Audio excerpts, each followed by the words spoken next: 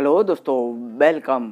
अबांस holdings limited company का IPO open होने वाला है। कंपनी के डिटेल्स देखेंगे, जैसे कंपनी करती क्या है, बिजनेस मॉडल क्या है, कब से मार्केट में, कंपनी का फाइनेंशियल स्टेटस देखेंगे, जैसे कि सेल्स ग्रोथ कैसा है, प्रॉफिट ग्रोथ कैसा है, आईपीओ लाने का कारण देखेंगे, और आईपीओ का price band, opening date, closing देखेंगे, और आईपीओ का जीएमपी अभी क्या चला है ये देखेंगे। फाइनली से आईपीओ में अप्लाई करें या अवॉइड करें ये भी देखेंगे। तो दोस्तों, जैसे मैंने आपको कंपनी का नाम बताया, अबांस होल्डिंग आईपीओ, जो कि 12 दिसंबर को ओपन हो रहा है और 15 दिसंबर 2022 तक चलेगा।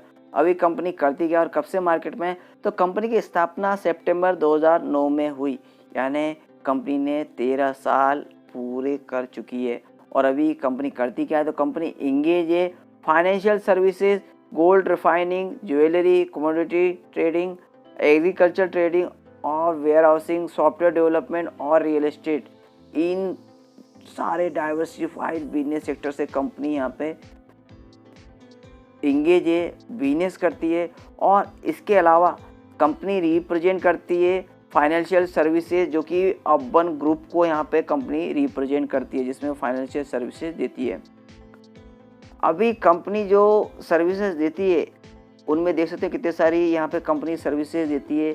यहाँ पे फर्स्ट है NBFC services, global institutional trading in equities, commodity and foreign exchange, private client stock broking, depository services, asset management services, investment advisory services और वेल्थ मैनेजमेंट सर्विसेज। ये सब सर्विसेज कंपनी प्रोवाइड करती है बड़े बड़े कॉरपोरेट, बड़े बड़े इंस्टीट्यूशनल और हाई नेटवर्थ क्लाइंट्स को।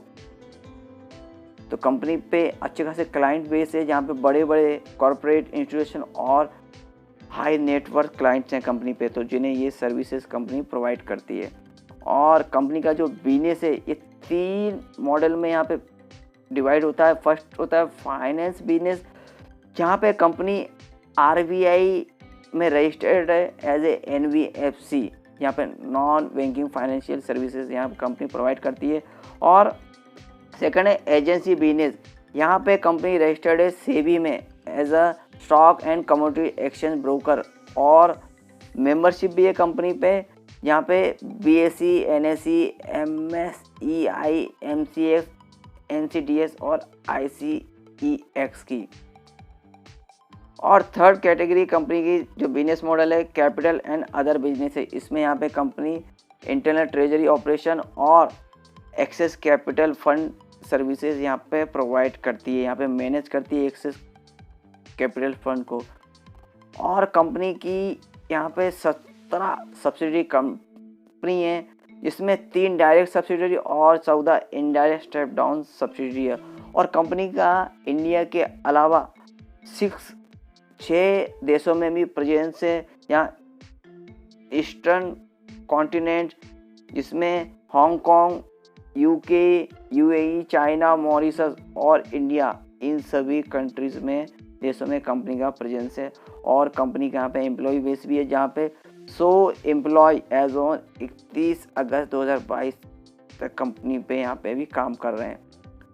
तो कॉम्पिटिटिव स्ट्रेंथ देखें तो कंपनी का इंटीग्रेटेड, यानी एक ही जगह पे कंपनी अच्छे खासे यहाँ पे फाइनेंशियल सर्विसेज प्लेटफॉर्म दे रही है, और स्ट्रॉन्ग ह्यूमन कैपिटल और ऑर्गेनाइजेशन कल्चर भी है कंपनी का। ग्लोबल एक्सपोजर है, यहाँ पे कंपनी का 6 देशों में प्रेजेंस है, और इनोवेटिव फाइनेंशियल प्रोडक्ट भी है कंपनी के। स्ट्रॉन्ग रिलेशन से कंपनी के क्लाइंट के साथ और मार्केट पार्टिसिपेंट्स के साथ, और स्टैंडर्डाइज्ड ऑपरेशन प्रोसीजर है कंपनी का, और जो टेक्नोलॉजी है उसका भी अच्छा खासा यूज़ करती है कंपनी का। जो ये कॉम्पिटिटिव स्ट्रेंथ है। अभी कंपनी का फाइनेंशियल स्टेटस देखते हैं, तो दोस्तों आप देख सकते हैं फिगर यहाँ पे करोड़ में है, और मार्च 20, 21, मार्च 22 और यहाँ अगस्त 22 तक की फिगर है। तो टोटल एसेट मार्च 20 में 1212.98 करोड़ का, क्योंकि मार्च 21 में दोस्तों यहाँ कम देखने को मिला एसेट, 20 के मुकाबले 21 में 1181, और मार्च 22 में थोड़ा सा और कम हुआ 1168.69। पर यहाँ पे अगस्त 22 में देखें तो कंपनी ने अपना एसेट दोबारा बढ़ाया, 1230.72 करोड़ का कंपनी यहाँ पे एसेट लेके गई। अभी रेवेन्यू ग्रोथ देखें तो मार्च 20 में 2771.88 करोड़ का, जो कि मार्च 21 में घटकर 1331.37 करोड़, और मार्च 22 में घटकर और भी कम हुआ है 646 करोड़ का, जो कि अगस्त 22 तक 288 करोड़ का, यानी कि यहाँ पे मार्च 23 तक लगभग मार्च 22 में जितना था 650 करोड़, उतना ही यहाँ पे मार्च 23 में लगभग रेवेन्यू ग्रोथ दिखता हुआ नज़र आएगा। तो यहाँ पे दोस्तों revenue year on year base पे कम होते नज़र आ रहे हैं। यहाँ पे मार्च 20 में 2771 थे और अभी आप देखें तो यहाँ पे लगभग 650 करोड़ के ही यहाँ पे रेवेन्यू ग्रोथ है। तो अच्छा खासा यहाँ पे कम हुआ है कंपनी का रेवेन्यू ग्रोथ। अभी प्रॉफिट देखें तो यहाँ पे लगभग 40 करोड़ का था मार्च 20 में, जो कि मार्च 21 में बढ़ के 45.8 करोड़ और मार्च 22 में बढ़ के लगभग 62 करोड़ का। तो यहाँ पे प्रॉफिट बढ़ा है जबकि रेवेन्यू ग्रोथ कम देखने को मिल रहा है। और अगस्त 22 में देखें तो यहाँ पे लगभग 30 करोड़ का है। तो यहाँ पे आने वाले मार्च 23 में, जो कि मार्च 22 में लगभग 62 करोड़ था, उतना ही यहाँ पे प्रॉफिट देखता हुआ नज़र आएगा। तो ओवरऑल देखें प्रॉफिट तो अप ट्रेंड में है पर रेवेन्यू ग्रोथ कम हो रहा है, ये चिंता का विषय है। अभी नेटवर्थ देखें तो यहाँ पे मार्च 20 में लगभग 500 करोड़ का, जो कि मार्च 21 में 562 करोड़ का और मार्च 22 में 631 करोड़ का और अगस्त 22 से देखें तो 678 करोड़ का। तो नेटवर्थ यहाँ पे अप ट्रेंड में। और कर्ज देखें तो ये एक पॉजिटिव है दोस्तों कि कंपनी का यहाँ पे कर्ज ईयर ऑन ईयर बेसिस पे कम हो रहा है। जहाँ मार्च 20 में 318.79 करोड़ का कर्ज था, जो कि मार्च 21 में घट के 267.39 करोड़ का और मार्च 22 में तो ह्यूज यहाँ पे कर्ज कम नज़र आया, 86 करोड़ का कंपनी पे कर्ज है और अगस्त 22 तक आते हुए यहाँ पे 70 करोड़ तक का ही कर्ज रह गया, जहाँ पे 70 करोड़ ही कर्ज है अभी और जहाँ पे 379 करोड़ का लगभग 319 करोड़ तक का लगभग कंपनी पे कर्ज था। तो यहाँ पे ये एक पॉजिटिव थिंग है कि कंपनी अपना कर्ज यहाँ पे लगभग नीली करने जा रही है आगे चल के, ऐसा लगता है। पर मेन चिंता का विषय यहाँ कंपनी का रेवेन्यू ग्रोथ दिनों दिन कम होता जा रहा है। तो ओवरऑल देखें कंपनी का ये फाइनेंशियल यहाँ पे इतने कोई खास अच्छे नहीं है, पर बोल सकते हैं ठीक ठाक है, पर रेवेन्यू ग्रोथ यहाँ पे कम हो रहा है, ये चिंता की मेन विषय है। रेवेन्यू ग्रोथ कभी भी कंपनी का बढ़ना चाहिए। अभी आईपीओ लाने का कारण तो कंपनी यहाँ पे इन्वेस्टमेंट कर रही है एनबीएफसी सब्सिडी कंपनी में और कंपनी को फ्यूचर कैपिटल की भी रिक्वायरमेंट है, जो कि आईपीओ से यहाँ फुलफिल करेगी और जनरल कॉर्पोरेट पर्पस। जैसा कि मैंने आपको बोला आईपीओ 12 दिसंबर को ओपन हो रहा है, 15 दिसंबर तक चलेगा। फेस वैल्यू ₹2 पर शेयर का है। प्राइस बैंड 256 से 270 रुपये पर शेयर का है। लॉट साइज 55 शेयर्स का है। इशू साइज 345.60 करोड़ का है, जिसमें फ्रेश 102.60 करोड़ और ऑफर फॉर सेल 243 करोड़ का है। तो जो 102 हैं दोस्तों वही कंपनी के ग्रोथ के लिए यूज होंगे, बाकी के जो प्रमोटर्स हैं 243 करोड़ उनके पास जाएंगे। Issue type book build issue है। लिस्टिंग बीएससी और एनएससी दोनों पे होने वाला है।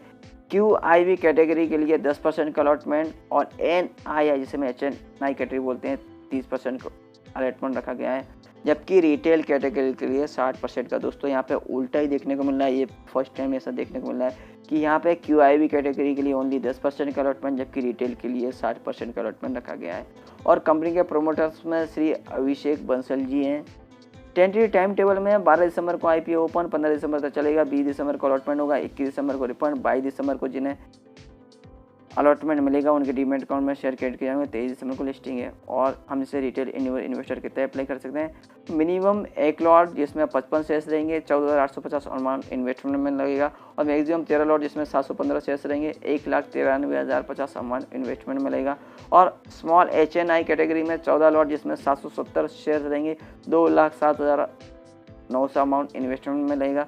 बिग HNI कैटेगरी में 68 लॉट 3,740 शेयर्स, 10,09,800 अमाउंट इन्वेस्टमेंट में लगेगा। और आईपीओ में प्रमोटर्स का होल्डिंग आईपीओ के पहले 97.42%, आईपीओ के बाद 72.09% रहेगा। और दोस्तों यहाँ कुछ इंपॉर्टेंट डेट हैं। यहाँ एंकर इन्वेस्टमेंट जो कि आईपीओ के पहले ही यहाँ पे इनका बिड चालू होता है, जो कि दिसंबर 9 को चालू होगा और इनका लॉक इन टाइम भी रहता है, जो कि देख सकते हैं दोस्तों 31 जनवरी तक रहेगा, जो कि 50% के लिए और बाकी का 50% के लिए अप्रैल 25, 2023 तक रहेगा।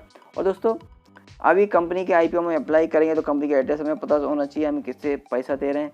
तो यहाँ पे 3rd फ्लोर नरीमन भवन, बैक बे रिक्लेमेशन नरीमन पॉइंट का एड्रेस है, phone number, email ID, website आप और भी यहाँ डिटेल चेक कर सकते हैं। और रजिस्टर्ड कंपनी का big share services private limited, phone number, email ID, website हमें अलॉटमेंट स्टेटस चेक करने के लिए उपयोगी पड़ेगी।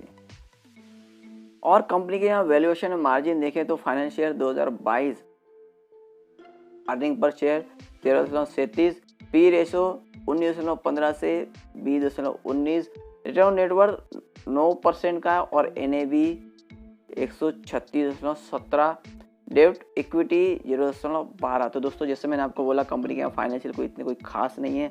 एसेट भी कंपनी के यहाँ कम हो रहे हैं ईयर बेसिस पे और रेवेन्यू ग्रोथ भी दिनों दिन कम होता जा रहा है, जो मेन चिंता का विषय है। हालांकि प्रॉफिट थोड़ा सा इंक्रीज हुआ है पर रेवेन्यू ग्रोथ कम हो रहा है। तो यहाँ पे कंपनी का जो वैल्यूएशन है वो भी महंगा लगाया हुआ है। और GMP देखें तो दोस्तों फिलहाल यहाँ पे GMP एज ऑन 8 दिसंबर 10 चल रहा है, जिसका कट ऑफ प्राइस है 270 रुपया। इससे हम परसेंटेज में कैलकुलेशन करें तो आज के दिन में 4% का ही लिस्टिंग गेन देखने को मिला है। तो हो सकता है दोस्तों ये GMP और भी कम होता हुआ नजर आए आने वाले दिनों में। तो दोस्तों अभी इस कंपनी के IPO में अप्लाई करें या अवॉइड करें। तो दोस्तों जैसा आप देख रहे हैं फाइनेंशियल सर्विस ये सब बिजनेस हाईली कंपटीशन है इस सेक्टर में, और कंपनी वैसे और भी डाइवर्सिफाइड बिजनेस दे रही है, पर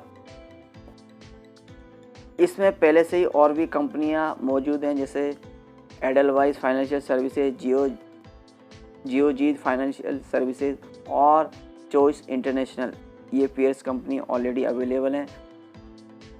पर यहाँ पे कंपनी का फाइनेंशियल भी कोई इतने खास नहीं है। तो दोस्तों मैं बोलूँगा इस IPO को आप अवॉइड कर सकते हैं। और भी IPO आ रहे हैं और भी अपडेट आते रहेंगे। अपडेट के लिए प्लीज लाइक शेयर और सब्सक्राइब माई चैनल।